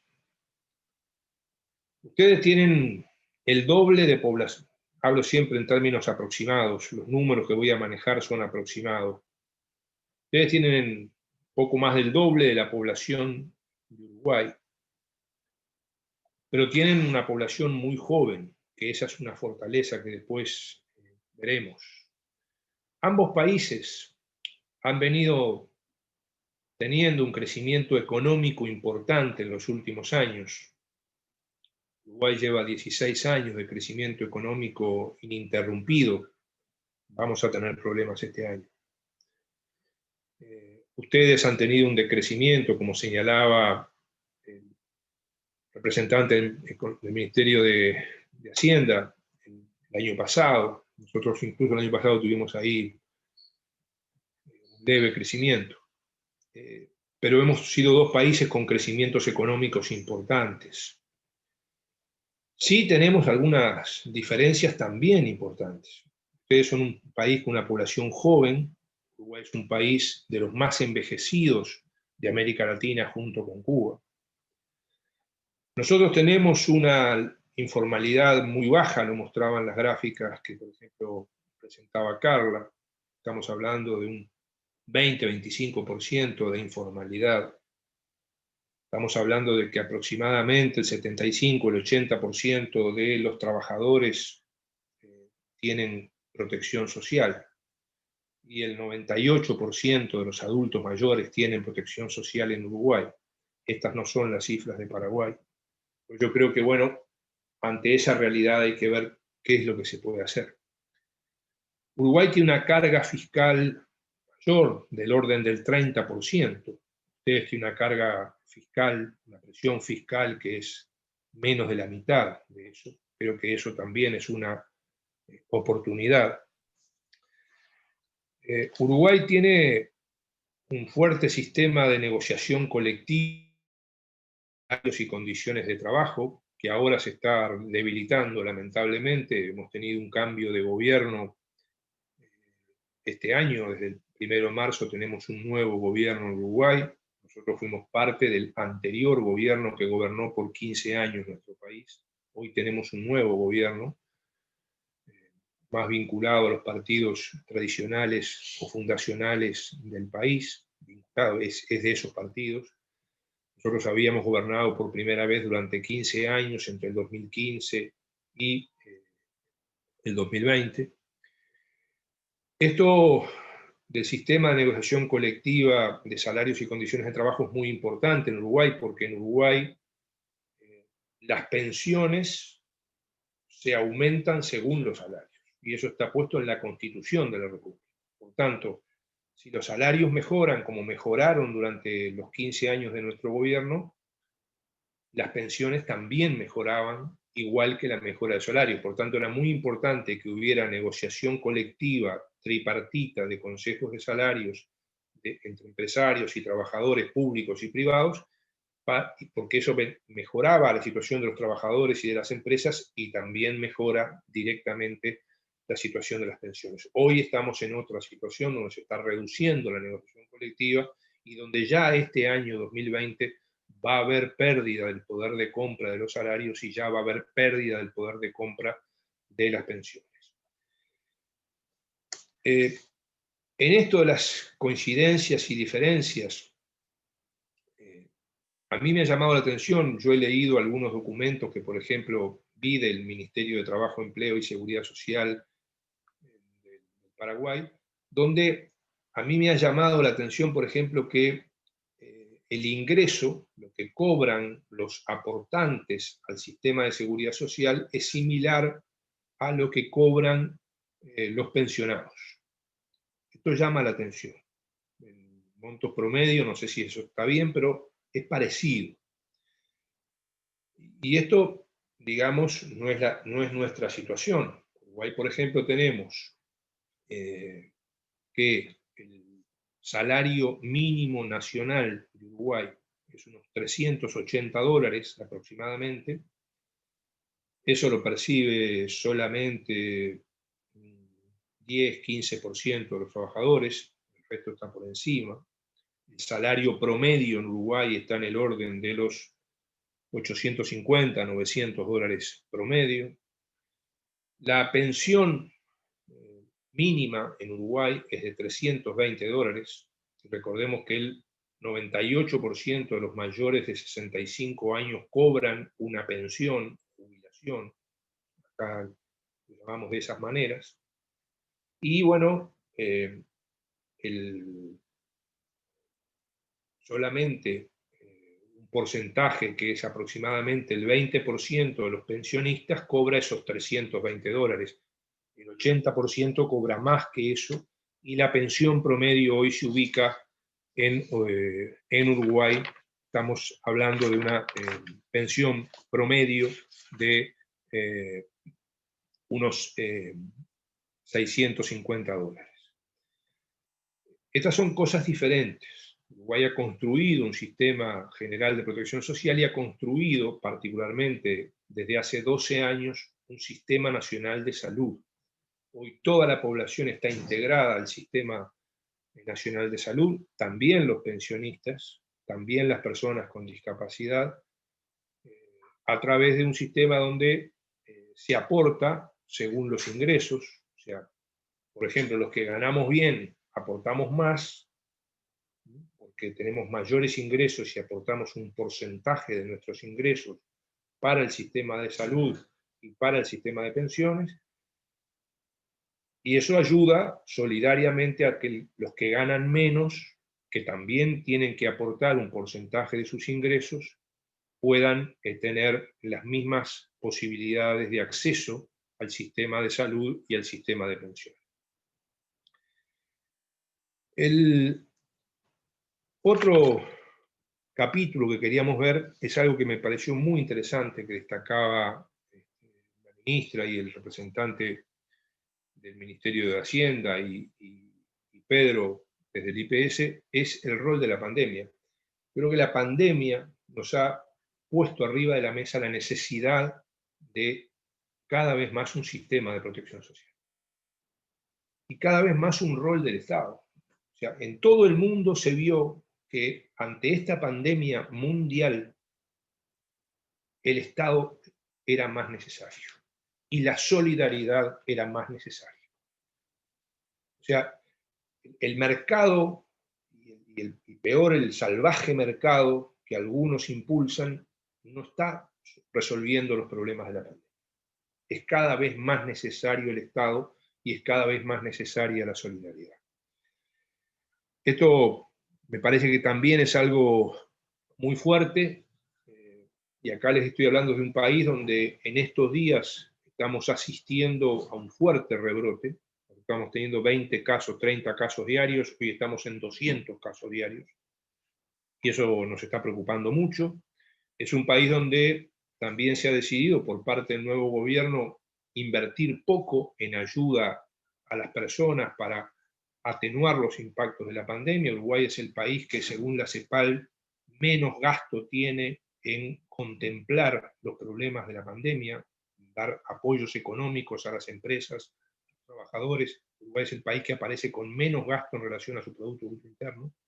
Paraguay, por ejemplo, está gastando más que Uruguay en relación a su Producto Bruto Interno para ayudar a atenuar los problemas de la pandemia. Y creo que esta es otra experiencia. En tercer lugar, analizar los temas que ya hemos visto un poco, esto de la cobertura. Bueno, tenemos diferencias sustanciales entre los dos países. Uruguay, como yo les decía, el 80% de los trabajadores tienen cobertura del sistema de seguridad social, el 98% de los mayores de 65 años, con prestaciones que son razonablemente suficientes, una pensión mínima de $320 que solamente cobra el 20% de los pensionados, el 80% cobra por encima de eso. Pero igual para nosotros, por ejemplo, el tener un 20-25% de trabajadores informales, lo consideramos un problema que debemos seguir encarando. Y esto, como muy bien decía la ministra, creo que no es solo con el garrote, tomé esa expresión, Carla, o no solo con la fiscalización, hay que generar políticas desde el Estado para ayudar a la gente, para educar a la gente, para estimular a la gente que se incluya al sistema de seguridad social. Y lo otro es ver la sustentabilidad. Yo creo que hay que ver cómo estos sistemas de protección social son sistemas que sean lo más sustentables posibles a largo plazo. No hay sistema bueno, bonito y barato. No hay sistema de protección social que cueste poco, que sea barato. Esto tenemos que saberlo. Como no hay sistema educativo, como no hay sistema de seguridad policial o nacional, seguridad de las personas que sea barato. Esto es necesario invertir. Y yo creo que esta es la primera cuestión, cuando analizamos también los temas de la sustentabilidad. Y el cuarto aspecto creo que tiene que ver con el tema de la gestión. Creo que allí también tenemos que tener una gestión ética, una gestión con participación social, una gestión profesional, una gestión que intercambie información. Yo tomaba mucha nota de lo que señalaba Pedro, de la escasez de intercambio de información que él señalaba entre los dispersos organismos.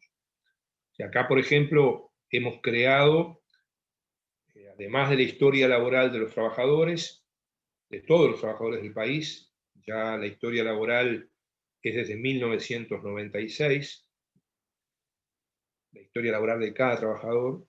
Hemos creado ahora la planilla de trabajo unificada, o sea, hemos creado un sistema donde todos los datos del Ministerio de Trabajo, todos los datos laborales, el salario, la categoría del trabajador, las condiciones de trabajo, están incluidas en un mismo sistema de información con la seguridad social y la salud. Y esto es muy importante, coordinar, intercambiar información. Hemos creado leyes para intercambiar información de los sistemas. Y lo otro es coordinar los sistemas.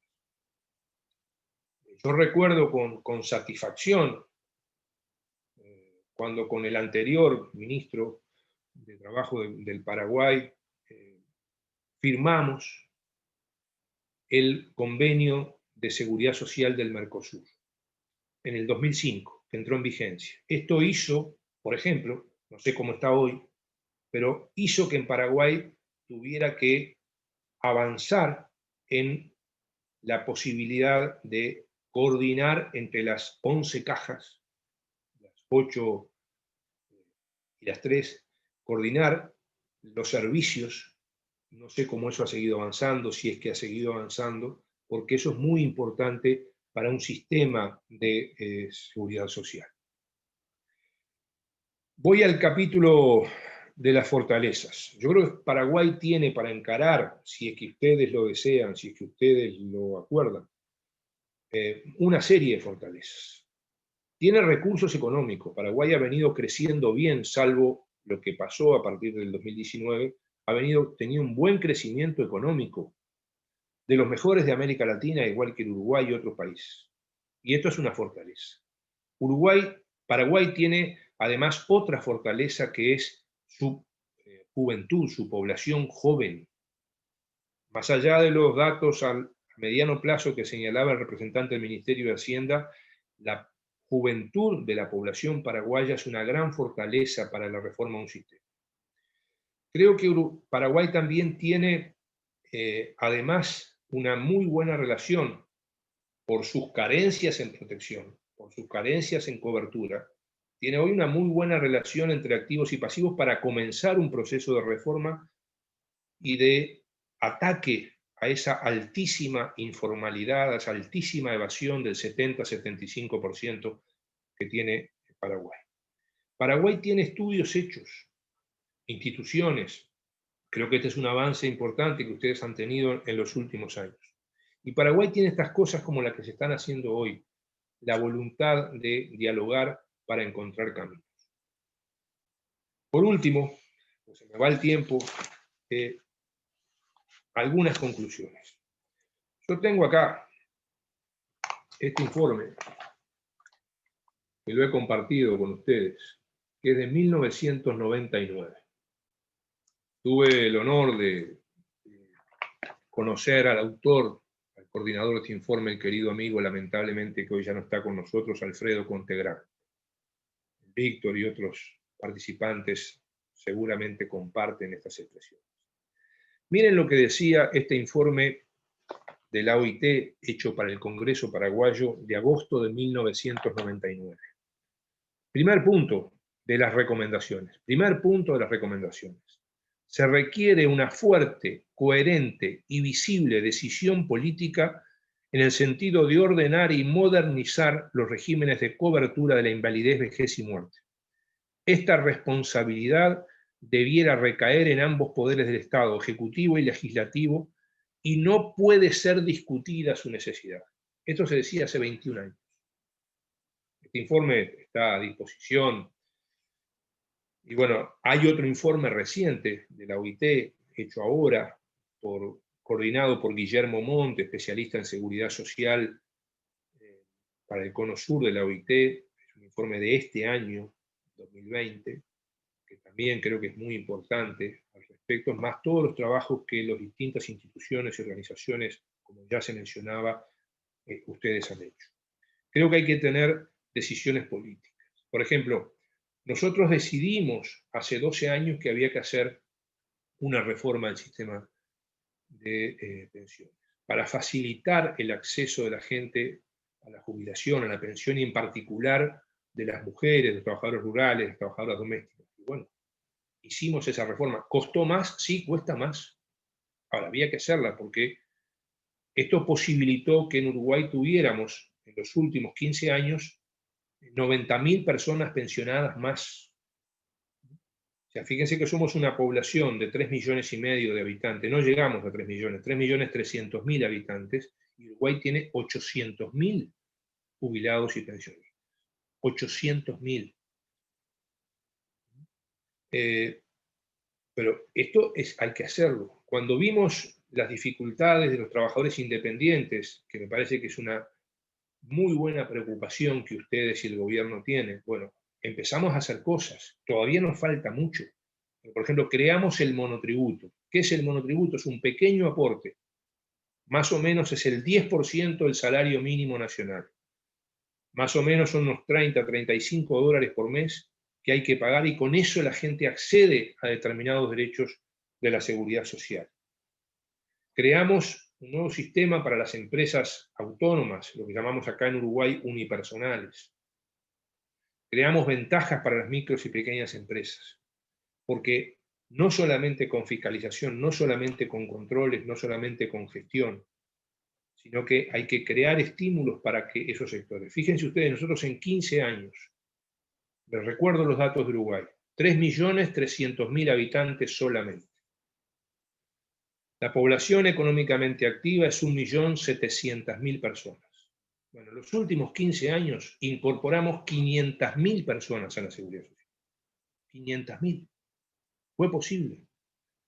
O sea, hoy tenemos registradas y cotizando la seguridad social aproximadamente 1.400.000 personas en Uruguay. Hoy tenemos unas 270.000 empresas aportando a la seguridad social en Uruguay. Incorporamos 80.000 empresas más en estos 15 años. Ahora estamos teniendo algunos efectos de la pandemia, pero ese gran salto lo pudimos hacer con decisiones políticas. Esto que decía la OIT de Paraguay en 1999, la decisión política de hacer cosas para beneficio del desarrollo de la economía de las empresas del país. Querida gente del Paraguay, seguramente esto da para mucho más. Yo creo que esa dispersión que ustedes tienen en las cajas es un desafío. Permítame, querido Víctor, también la dispersión sindical. Yo creo que la necesidad de que las distintas centrales sindicales coordinen, por lo menos, acciones. Claro, yo vengo de un país de la experiencia de una central sindical, pero creo que eso también debe ayudar la coordinación de las centrales sindicales a ese proceso de reforma del sistema de seguridad social.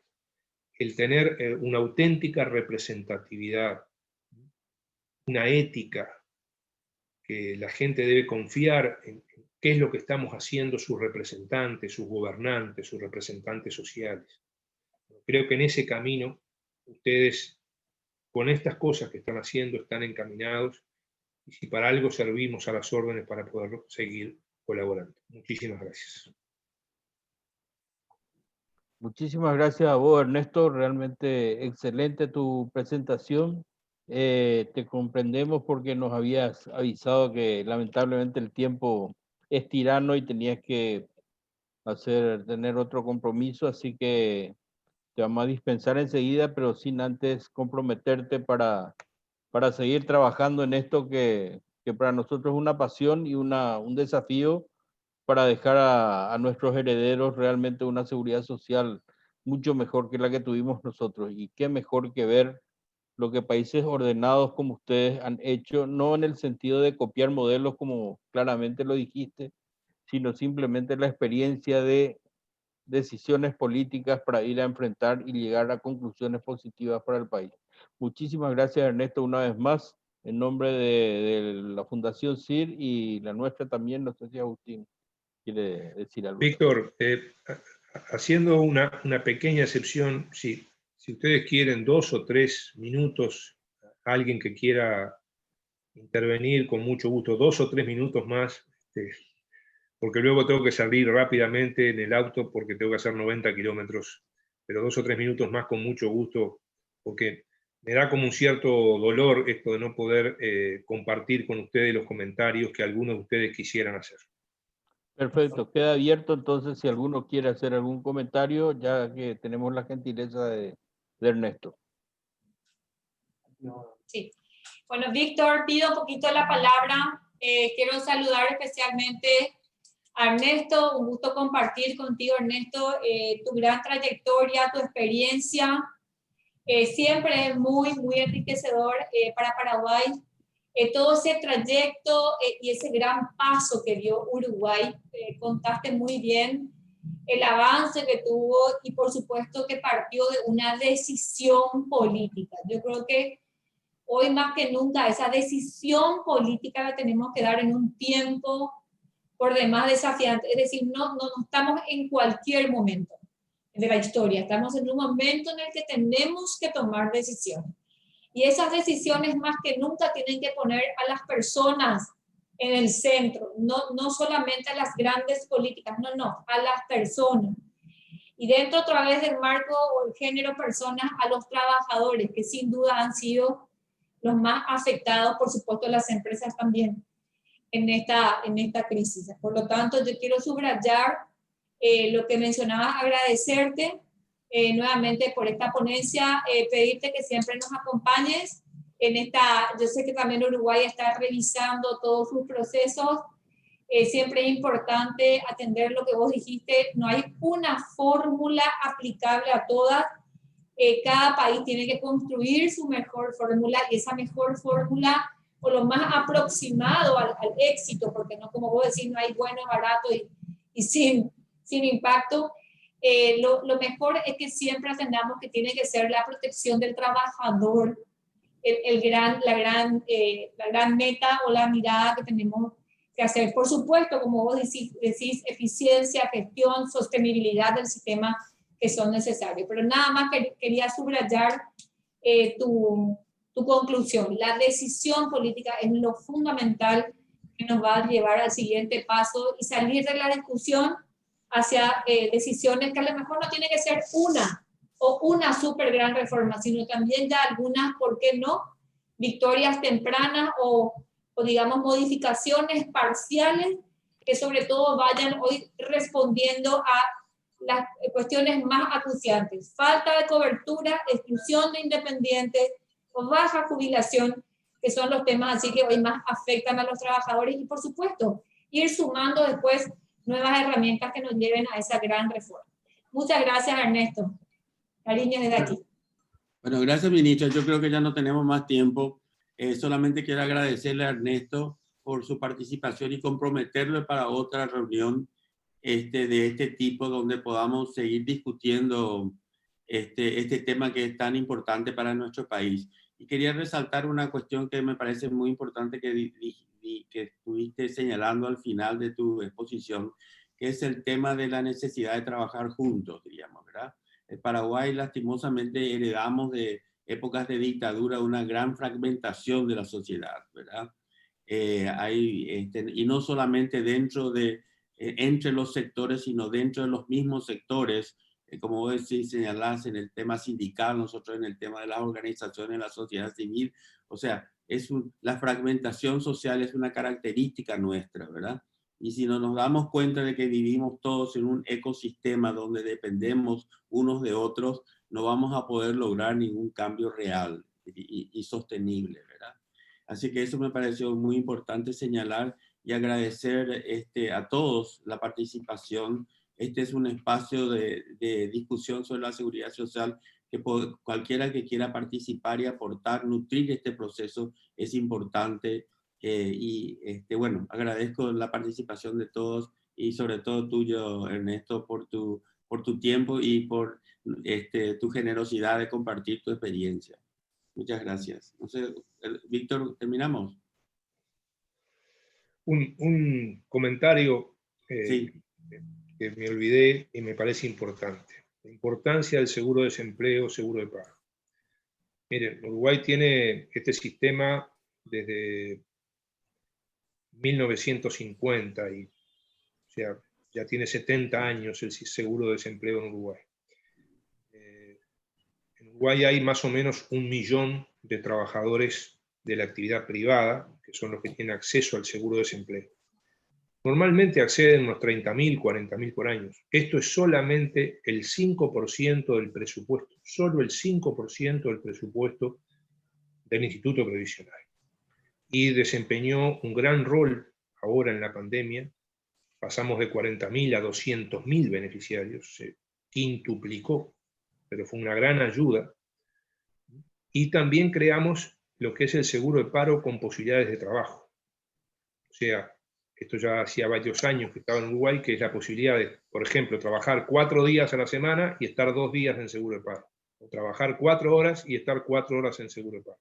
Estas posibilidades dan muchas facilidades a las empresas, en muchos aspectos, pero para nosotros la experiencia del seguro de paro, seguro de desempleo, es una gran experiencia y como no me había olvidado de comentarlo en la presentación inicial, quería aprovechar a hacerlo ahora.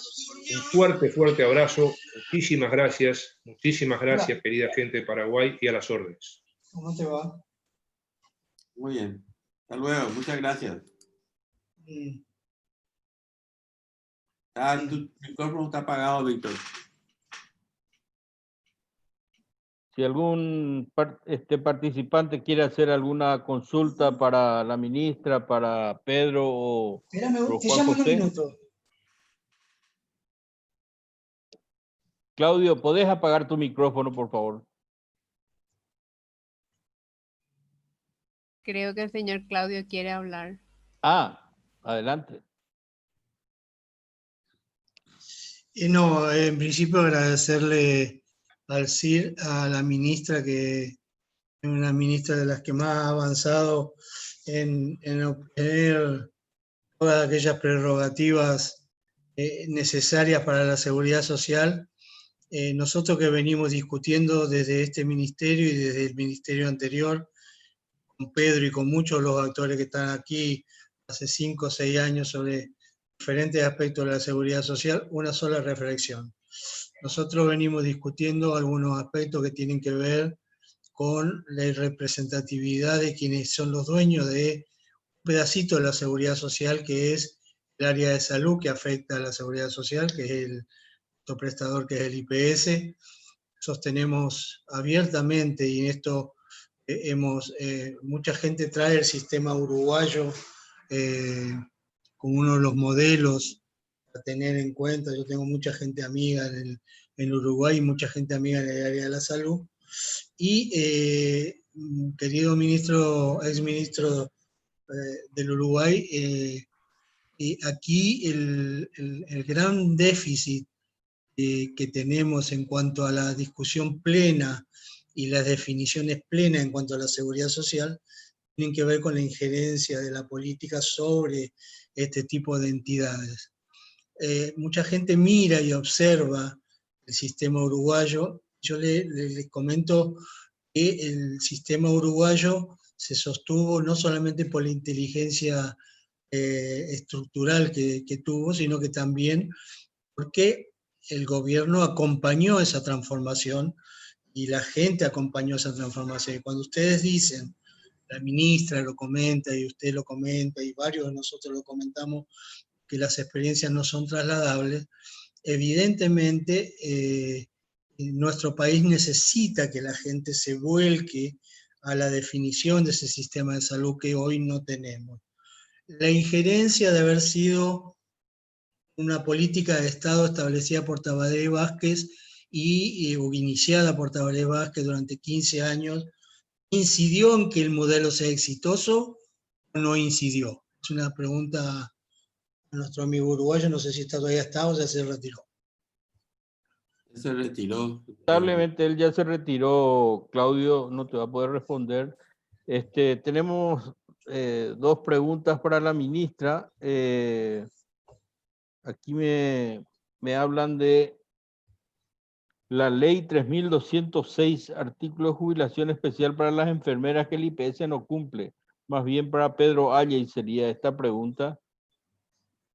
Y la otra es, ¿en qué situación está la ratificación del convenio 102? Sí. Con respecto... Sí, adelante, ministro. Bueno, gracias, Víctor. Sí, la ratificación del convenio 102 la iniciamos en esta administración en el año pasado, justamente en el marco de la Estrategia Integrada de Formalización del Empleo y como un avance, como un hito de avance en la reforma del sistema de seguridad social.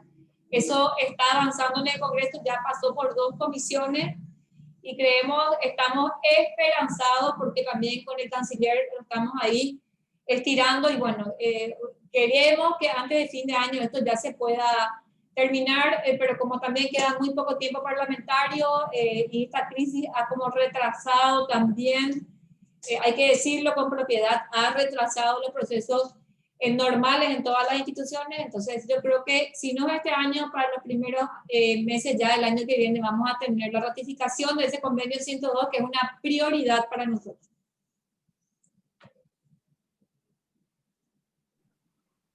Muchas gracias, ministra. El otro tema es para Pedro Valle sobre el tema de la ley 3206. Sí, efectivamente, Víctor, resumidamente, el sector enfermería, el colectivo laboral enfermería cotizante del IPS, tiene una ley especial por la cual se determina un régimen diferenciado especial que los aparta un poco de la generalidad de las tasas de sustitución de los trabajadores cotizantes del IPS. El problema estuvo justamente en que la tasa de sustitución planteada requiere solamente del 100% del promedio, requiere 55 años de edad, cuando que en el régimen legal del IPS con 55 años de edad la tasa de sustitución es 80%. Entonces, esa asimetría entre este colectivo laboral, que tiene su fundamento totalmente válido por el desgaste que tienen las enfermeras en su vida laboral, esa asimetría de esas tasas con la tasa general que se aplica al resto de los 650.000 cotizantes ha impedido implementar ese régimen jubilatorio especial. Han habido muchas reuniones en el sentido de buscar el acercamiento entre las tasas, de manera que no haya tanta inequidad entre unos y otros colectivos, pero hasta ahora no se ha podido lograr eso. Por otra parte, el régimen de enfermería crea una media jubilación con 12.5 años de aportes nada más. Eso nosotros consideramos inviable, porque distorsiona totalmente la propia figura de la jubilación. Implicaría que una persona empiece a los 20 años, se pudiera jubilar a los 32,5 años de edad. Eso es una desnaturalización de la jubilación. O sea, esos son los puntos que hay que revisar en esa ley de jubilación de la enfermería. Muchas gracias, don Pedro, por la respuesta. Yo no sé si hay otra pregunta, otra consulta. La ministra quiere hablar. Perdón. Sí, solamente para reflexión y haciendo alusión a lo que decía Pedro, ¿no? Ahí pudimos ver cómo hay sectores o hubo sectores que, si bien con todo el fundamento del mundo y la buena intención, han establecido disposiciones legislativas diferentes, ¿verdad? Yo quiero hacer, por ejemplo, una reflexión de si los estibadores del sector privado, que los hay muchos, o los trabajadores de calderas, ¿tienen leyes especiales? ¿Alguien pensó en sacar una ley especial también de jubilación muy anticipada, de pocos años de edad y de trabajo? Entonces, ¿qué sistema queremos? ¿Queremos un sistema absolutamente diferenciado con normas absolutamente dispares, o queremos un sistema que prevea a lo mejor ciertas, pero para todos, ciertas alternativas con tasas de retorno menores que aseguren la sostenibilidad, obviamente, del sistema?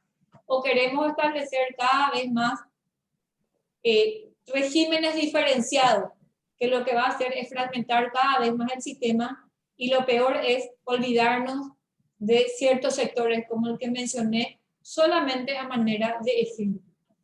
Por eso aplaudo nuevamente esta iniciativa, recalco la necesidad de aprovechar esta necesidad de construir una nueva normalidad mejor, más justa y equitativa, de construir a la par un sistema de seguridad social renovado. Gracias. Bueno, si no hay más consultas, yo quisiera agradecer las participaciones, en especial de la ministra, el señor Pedro Valle, de Juan José Galeano, quienes nos brindaron suficientes insumos para continuar discutiendo este tema apasionante que ojalá, como dijo ella, podamos sentarnos finalmente a concluir una oportunidad para todo el país. Muchísimas gracias a todos los participantes, al CIR y a los expositores por esta brillante oportunidad de discutir este sensible tema. Muchas gracias y hasta la próxima. Muchas gracias a ustedes. Buen resto de jornada. Muchas gracias. Felicitaciones. Muchas gracias.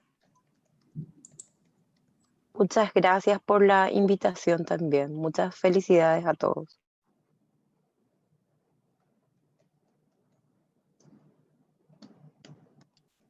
Muchas gracias por la invitación y éxitos para lo que venga luego.